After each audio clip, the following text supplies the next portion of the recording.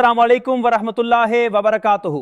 1 जुलाई 2026 के बाद सरकारी मुलाजमीन के लिए सबसे अहम सवाल यही है कि नई तनख्वाह असल में कितनी बन चुकी है। 2 एडहाक रिलीफ जम होने के बाद नया बुनियादी पे स्किल क्या बनेगा, सालाना इंक्रीमेंट में कितना फर्क आएगा और हर ग्रेड का मुलाजिम अपनी रनिंग बेसिक कैसे मालूम करेगा। यही वो बातें हैं जिन पर इस वक्त सबसे ज्यादा बहस हो रही है। बहुत से मुलाजमीन के पास नया सैलरी चार्ट पहुंच चुका है, मगर मसला यह है कि हर शख्स चार्ट को आसानी से पढ़ नहीं पाता। किसी को जूम का मसला आता है, किसी को स्टेट समझ नहीं आती और बहुत से लोग ये नहीं जानते कि अपनी मौजूदा बुनियादी तनख्वाह को नए स्किल में कैसे मुंतकिल करना है। इसलिए आज हम इसी हिसाब को आसान अल्फाज में समझेंगे ताकि हर मुलाजिम अपनी तनख्वाह का अंदाजा खुद लगा सके। सबसे पहले एक जरूरी वजाहत ज़हन में रखें, फाइनेंस डिवीजन का हतमी ऑफिशियल नोटिफिकेशन अभी जारी होना बाकी है।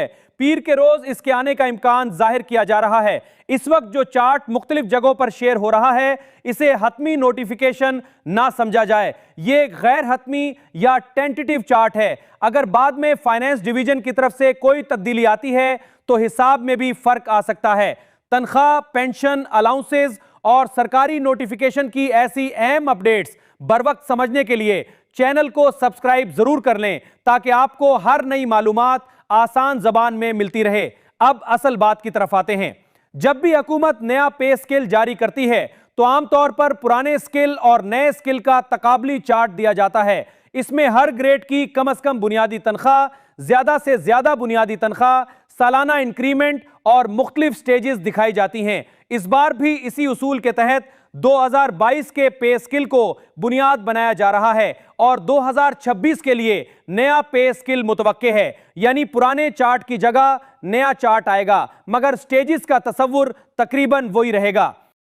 स्टेज का मतलब आसान अल्फाज में यह है कि मुलाजिम को इस ग्रेड में कितने साल हो चुके हैं या वो अपनी मौजूदा बुनियादी तनख्वाह के हिसाब से किस मरले पर खड़ा है। मिसाल के तौर पर अगर किसी मुलाजिम को एक ही ग्रेड में 17 साल हो चुके हैं तो वो 17वीं स्टेज के करीब होगा।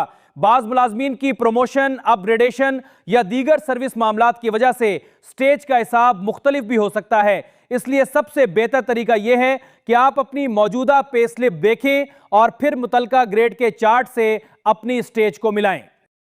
अब एक आसान मिसाल लेते हैं। फर्ज करें एक मुलाजिम ग्रेड 6 में है। 2022 के पे स्किल में ग्रेड 6 की इब्तदाई बुनियादी तनख्वाह 15,707 रुपए थी। मुतवक्के नए स्किल में यही इब्तदाई बुनियादी तनख्वाह 18,930 रुपए तक हो सकती है। इसी तरह पहले इस ग्रेड का सालाना इंक्रीमेंट 840 रुपए था, जबकि नए मुतवक्के चार्ट के मुताबिक यह तकरीबन 1,050 रुपए हो सकता है। अब अगर इसी मुलाजिम की स्टेज 17 है तो हिसाब इस तरह किया जाएगा कि नए सालाना इंक्रीमेंट को 17 से ज़रब दी जाएगी, फिर इसमें नई इब्तदाई बुनियादी तनख्वाह शामिल कर दी जाएगी।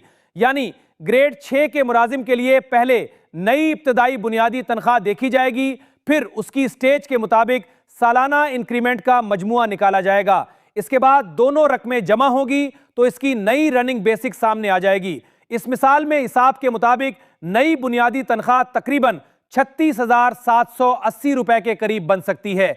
यह वो तरीका है जिससे हर मुलाजिम अपने ग्रेड और स्टेज के हिसाब से अपनी मुतवक्के नई बुनियादी तनख्वाह मालूम कर सकता है। इसी तरह अगर हम ग्रेड 15 की मिसाल लें तो 2022 के पे स्किल में इसकी इब्तदाई बुनियादी तनख्वाह 23,920 रुपए थी। नए मुतवक्के स्किल में यह इब्तदाई बुनियादी तनख्वाह 28,730 रुपए हो सकती है। इस ग्रेड का सालाना इंक्रीमेंट 2,480 रुपए बताया जा रहा है। अगर किसी ग्रेड 15 के मुलाजिम की स्टेज 17 हो तो 2,480 रुपए को 17 से ज़रब दी जाएगी। इससे जो रकम निकलेगी इसे नई इब्तदाई बुनियादी तनख्वाह 28,730 रुपए में शामिल किया जाएगा। इस हिसाब के बाद इस मुलाजिम की रनिंग बेसिक तकरीबन 70,890 रुपए बन सकती है। यहां एक बात बहुत जरूरी है कि हर मुलाजिम का हिसाब एक जैसा नहीं होगा। ग्रेड 1 से ग्रेड 22 तक हर ग्रेड की इब्तदाई बुनियादी तनख्वाह अलग है, सालाना इंक्रीमेंट अलग है और स्टेज भी हर मुलाजिम की मुख्तलिफ हो सकती है।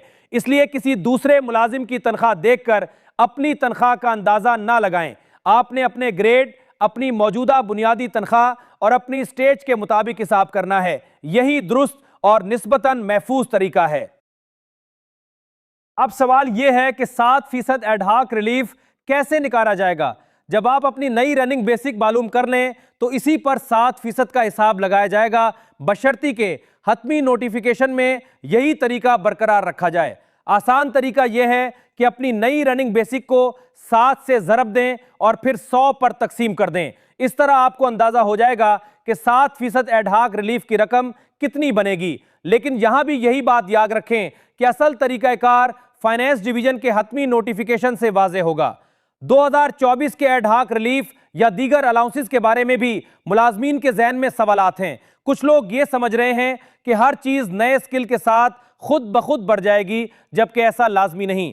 अगर कोई अलाउंस फ्रीज रखा गया है तो वो अपनी पुरानी रकम पर ही रह सकता है। अगर वो रनिंग बेसिक के साथ मुंसलिक हो और फ्रीज ना किया जाए तो उसमें इजाफा आ सकता है। इसलिए 2024 वाले एडहॉक, जीआरए या दूसरे अलाउंसेस के बारे में हतमी बात नोटिफिकेशन आने के बाद ही वाजे होगी।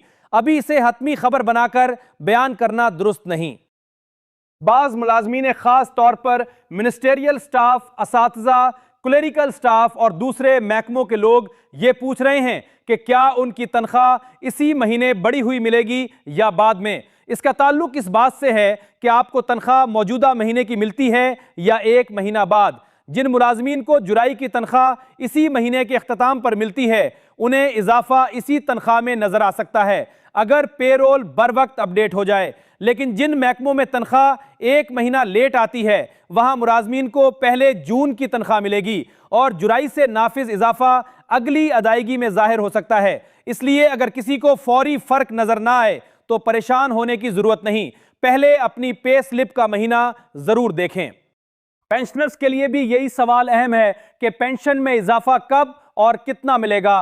विफाकी पेंशनर्स के हवाले से जो बात सामने आ रही है उसके मुताबिक पिछले साल जिस बुनियादी पेंशन पर इजाफा दिया गया था इसी बुनियाद पर 7% इजाफा मुतवक्के है।